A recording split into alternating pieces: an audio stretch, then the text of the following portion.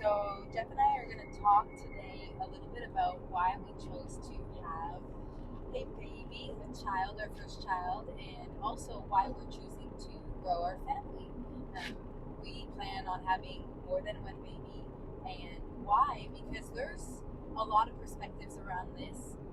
For those of you who know Rob Greenfield, he's a barefoot activist kind of plastic-free, zero-waste, wild food kind of guy, and he has this argument that, or his perspective is that he won't have a child because a child is another impact on the environment. It's another, potential person to be of, what are the words I'm looking for? It's another human who will then have needs and will have to eat and have to be clothed, and it's all this idea that we're overpopulated already, we don't need to expand our population, so let's not have kids. Or, you hear often this argument too that if you are going to have kids, only have 2 kids to replace yourselves. Having more than 2 kids is just absurd, and we already have this population crisis, so why would you contribute to it by having kids? I think that brings a lot of presuppositions. One, that we are overpopulated, that would be someone's opinion. That's not scientific fact. If we were to take the entire population of the earth, I think people have said you could fit everyone in Texas with an acre of land. So it's a lot of presuppositions. One being that humans are toxic to the environment, that there is overpopulation, or that you need to use all these resources. What are some of the other points you said? You said the population piece, which is there's a presupposition that there is an overpopulation problem, which I would say there isn't. I'd say a lot of this goes back to pre-programming at a young age, especially our generations, that we're a plague on the earth, that we're overpopulated, we're eating up all the resources. That our impact, there's no way that our presence can have positive impact. Yeah. That we could actually be of greater service for the earth. It's the opposite. That everything we do is creating plastic, it's creating waste, it's creating... And if you live where we live, there's not an overpopulation problem. But if you live in the city, it seems like there's an overpopulation problem because you've opted to live as a factory farmed human in a caged animal feeding operation, essentially, where you're packed in like sardines in this small area to essentially make it more efficient to do what I would say is the type of work that Rob Greenfield would probably say is not needed on this earth. So you think of all the things in the city, all these admin jobs and marketing and advertising. It's like, what are you doing in all these high rises? It's most likely not, something that's improving the world and the environment. Like, that's where you're going to go to maybe run a management fund or do banking or, have an ad agency. It's like, you're not doing that stuff out in the country. You're doing that stuff in the city. And then everyone's packed in there, and then all these resources are being pooled into the cities to support this artificial environment that's certainly overpopulated, and of course that's damaging to the environment. As soon as if you were to put 10,000 deer on 1 acre, you would destroy it. The same as you would if you did anything like that. You could damage, quote unquote, damage the landscape, because what really is damaging that nature can't naturally remedy itself. We're so egotistical and grandiose, thinking that nature can't do anything by itself. We're like the ultimate control. It definitely puts us into the hierarchy of the world, where essentially assuming ourselves gods over the planet. Like, nature can't just recover itself or remedy anything that we've created. Okay, and here's another perspective. I mean, we are mammals, right? We know that. As humans, we are mammals. And from that, I would say as a mammal, our goal, you see it in all other mammals, is to reproduce.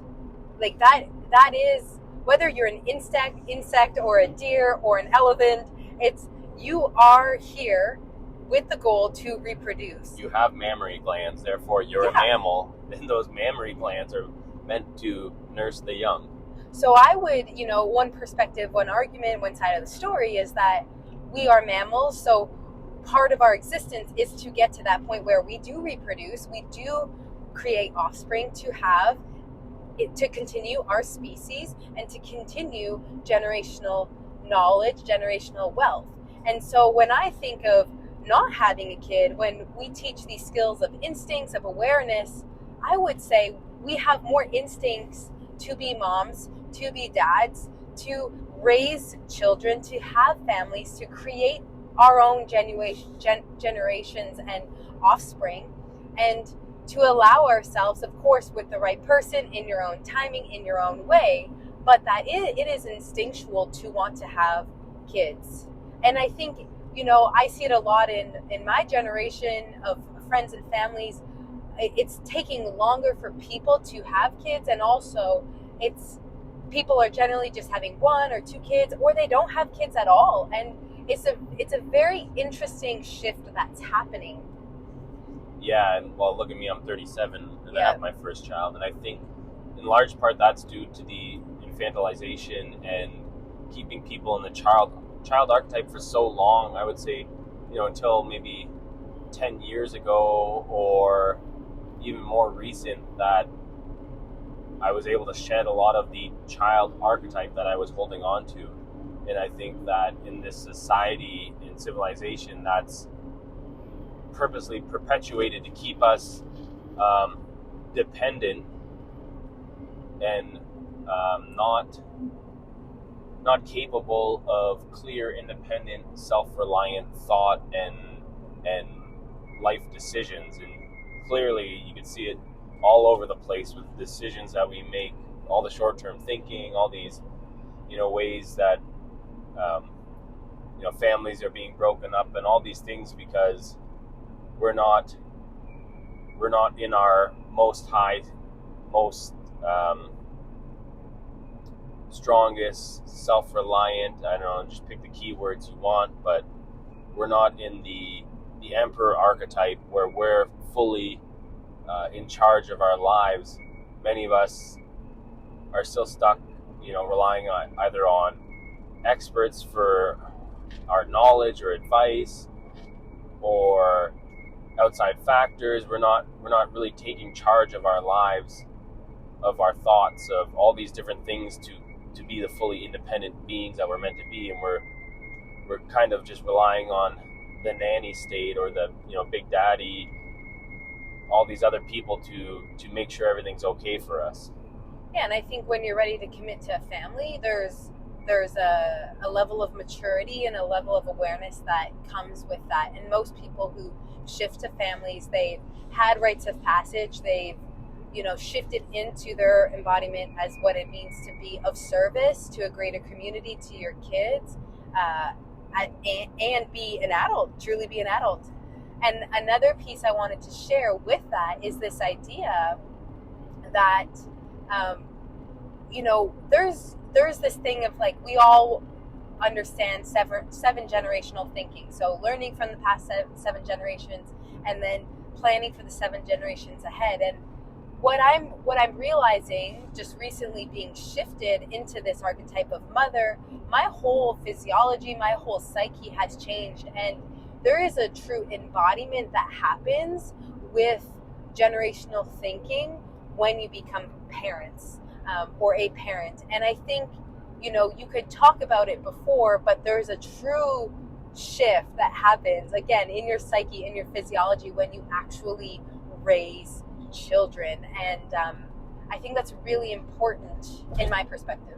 And conversely, if you're stuck in that child archetype, say you have children at a young age and you haven't fully embodied the warrior, emperor archetype, and you're still in this child archetype, you're going to perpetuate most likely another generation of child archetype. And then just look at where we are in the world today. It's a perpetuation of the previous generation, and then we just have generation after generation stuck in this child archetype, never advancing forward.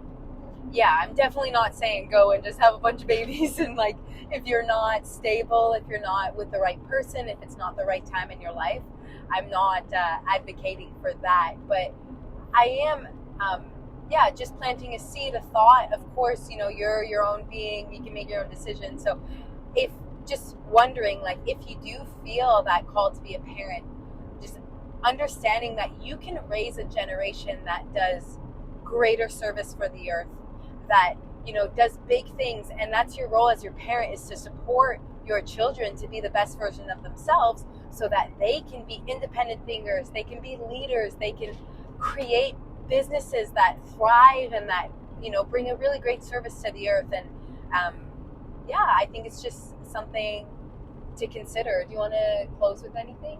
Well, I'd like to contradict Rob Greenfield's take and say,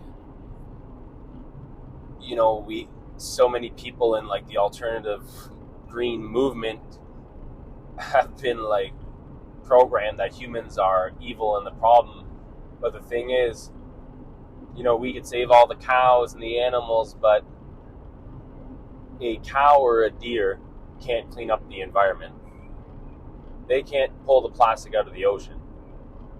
So, okay, we all vanish tomorrow, and he gets his way and humans no longer exist, or there's such a small number of us we can't impact. Well, the damage is done. Who's going to clean this thing up?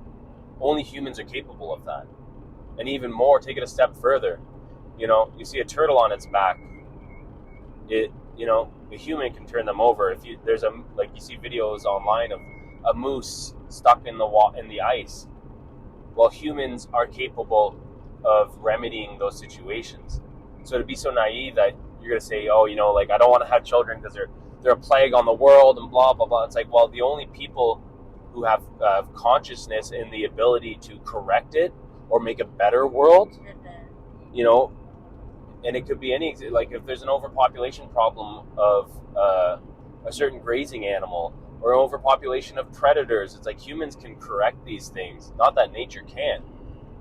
And it's not in its perfect balance, but humans are the only ones with foresight and the ability to go and clean up the environment, make a better environment, make it better for humans and for animals. So to just pigeonhole us and say like, oh, we're evil, we're the problem, that's a really dark way to think. And with the 7 generations thinking, how are we going to raise our child to have 7 generations thinking? And it's not just about leaving, you know, wealth in a monetary piece. That 7 generations could be like, here's the green space that we go to forage our food. Or like we've talked about previously, like, here's this spring that we're driving to right now. If that spring could be involved with the next 7 generations, that's a win. We did it. Like, that's a move forward for humanity. That 7 generations can have clean water. Yeah, so maybe just closing on this idea that it's less about the impact of one person and overpopulation. It's how we show up as humans, as individuals. It's how we raise our kids so they can show up and be of service. So it's truly, your embodiment that we totally have agency over. We get to, you know, create the lives we live, and just really showing up well as a human in our greatest potential. Like Jeff said, like, we can do a lot of beautiful things on this earth, and we can't just, you know, eliminate and cull the entire human population because of one person that throws their McDonald's cup out the window. That's so silly and like foolish. You know, it's just like, we have to educate them, we have to better them, and everyone has free will. So so hopefully there was something there, and hopefully